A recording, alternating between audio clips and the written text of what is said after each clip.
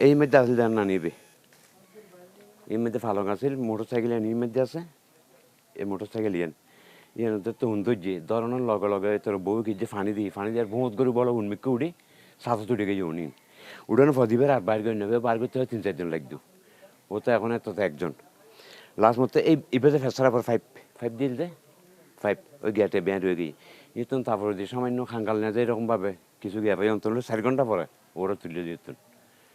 প্রায় 4 ঘন্টা 4.5 ঘন্টা পরে এটা বুঝতে আর কি আর ঢুকিন নেওয়া পরে ব্যাকেন ফরজ পরে জুফুর এনতে বাস টইন ফরের গিয়া পরে মানুষের জান লালচ আসতো কে ঢুকিন নেওয়া পরে যাই তকবির আছে দূর কিন্তু সমর্থ তো খেত নেই 7 ঘর ব্যাগ কিনতে হইলে বিয়ন দিনে আনি দিনে হইনি আজিয়ে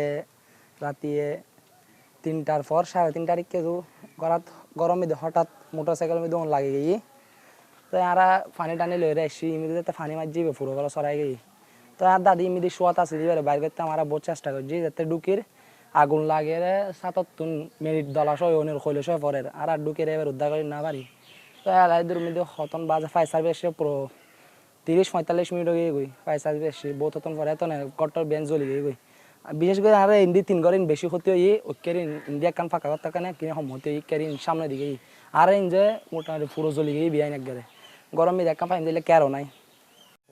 গরবার ওখান কেজু আর কিনে সাহায্য করবেন দোয়া খাইর করবেন আসলে এই গরত অনুসূত্রপাতে যায় মনে হয় রাত্রে 3:30 আমি বাসাত নোয়াছিলাম আমি ফোন পাইছি 4টা মাসে যে সময় তাই 4টা মাসে আসছে আমার এই 3 গিরিজুর ঘর ইয়ে কমপ্লিট চলে গিয়ে ওই ঘরত সৌন্দর্য ওই এখন আয়ের অনুভূত তালত আছি কিন্তু ঘরের ভিতর দান মা অনুর ভিতরে রয়ে গিয়ে কইতে পারি পরে যাতে খবর পাই আর মানুষ ঢুকিয়ে 2-3 যাচ্ছে যে আর জানি না আমি টানি বাইর করে বলি বাসায় প্রকাশ করতে না মার মৃত্যু করলে দেখি এখনো পর্যন্ত ঘরের দেওয়াল তাপ বাইরের ফায়ার সার্ভিস প্রায়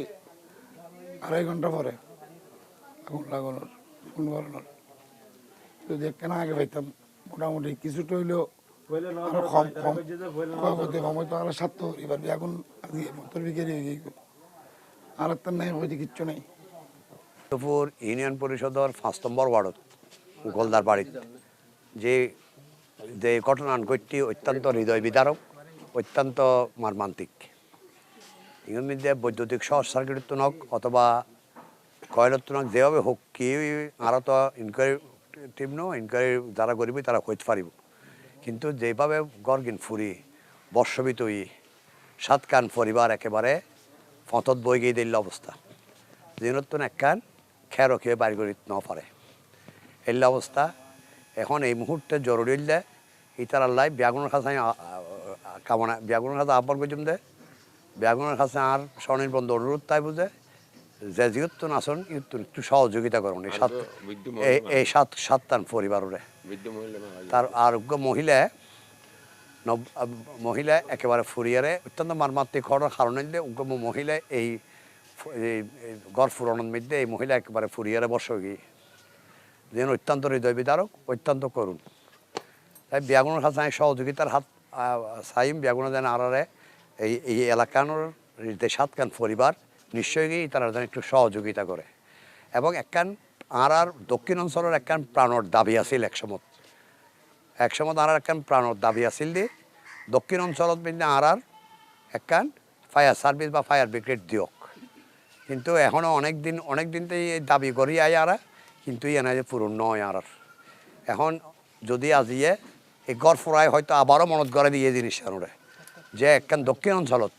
একখান ফায়ার সার্ভিস প্রশাসনের কাছে শরীর বন্ধ অনুরোধ তাই বুঝে যেভাবে হোক একখান ফায়ার সার্ভিস দেন এডে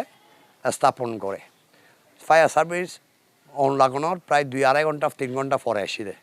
তারপরে কিছুটা রক্ষই আর নত আশেপাশের আরও ঘর জোরে চাই ইয়ারে যেদূর গজি ইয়ার ওলাই ইয়ারা ধন্যবাদ জানাইতাম চাই ফায়ার সার্ভিসের যারা কর্মী এসেলি তারা ধন্যবাদ জানায় কিন্তু একখান ফায়ার সার্ভিস যদি হাসে থাকতো তাহলে এতিক ক্ষয়ক্ষতি নয়তো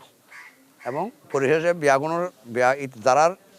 যে মারা গিয়ে এবার শোকতক্ত পরিবারের প্রতি সমবেদনা তাইনার এবং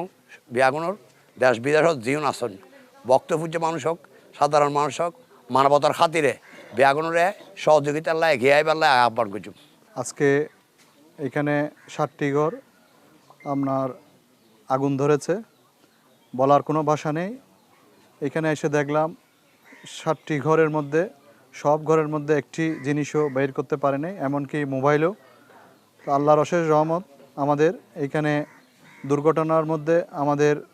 একজন বৃদ্ধা আমাদের মা এন্তেকাল হয়েছেন। আমি ইন্না লিল্লাহি ওয়া ইন্না ইলাইহি রাজিউন। আমি আল্লাহর কাছে ওনাকে আল্লাহ যেন জান্নাতের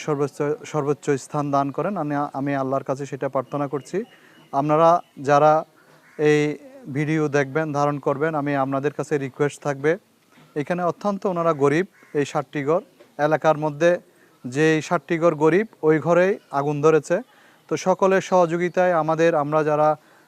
এখানে আমাদের চেয়ারম্যান মহোদয় আছেন অত্র এলাকার, উনি বক্তপুর ইউনিয়নের বারবার নির্বাচিত আমাদের প্রিয় বড় ভাই জনাব ফারুকুল আজম সাহেব, ওনার মাধ্যমে উনি এখানে উপস্থিত আছেন। ওনার মাধ্যমে আপনারা যারা নীরবে দান করতে চান, আমরা যারা নীরবে দান করব, আমাদের যারা এলাকার ধনাঢ্য ব্যক্তিরা আছেন, আমাদের আর্থিক যারা স্বাবলম্বী আছেন, এই 7টি ঘরে যেন আমরা সকলেই নীরবে হোক, আমাদের চেয়ারম্যান মাধ্যমে হোক, যেভাবে হোক, আমরা যেন সকলেই দান করি, এটাই আমি সকলের কাছে আমি আশা করব। আপনারা যারা দেখবেন, যারা ভিউয়ার্স, যারা এখানে এই ভিডিও আপনারা দেখবেন, আমি সকলের কাছে অনুরোধ করব যেন আমরা সকলে মিলে এই 7টি ঘরকে আমরা যেন পুনরায় আবার স্থাপন করে দিতে পারি। ওনারা যেন আবার সুন্দর একটি বসতঘর যেন আমরা স্থাপন করতে পারি, সেটা আমাদের সকলের কাছে আমি এটা অনুরোধ করব। আমাদের চেয়ারম্যান মহোদয় আছেন, উনিও বলছেন ওনার মাধ্যমে যেন আমরা খুব তাড়াতাড়ি ওনাদেরকে যেন আর্থিক সহযোগিতা করতে পারি, সেটা আমি সকলের কাছে আমি কামনা করছি। আমি আল্লাহর কাছে প্রার্থনা করি, হে আল্লাহ, আপনি এইরকম দুর্ঘটনা থেকে আমাদেরকে রক্ষা করুন, এবং যে 7টি ঘর আমাদের আগুন ধরেছে অতি দ্রুত যেন আমরা ওনাদেরকে যে কোনো একটি সমাধান দিতে পারি, সেটি আল্লাহর কাছে আমি প্রার্থনা করে আমি সকলকে ধন্যবাদ জানিয়ে আমি আজকে যারা এখানে যিনি ইন্তেকাল করেছেন, আমি ওনার পরিবারের প্রতি শোক জানিয়ে আমি আমার বক্তব্য শেষ করছি। আসসালামু আলাইকুম ওয়া রাহমাতুল্লাহি ওয়া বারাকাতুহু।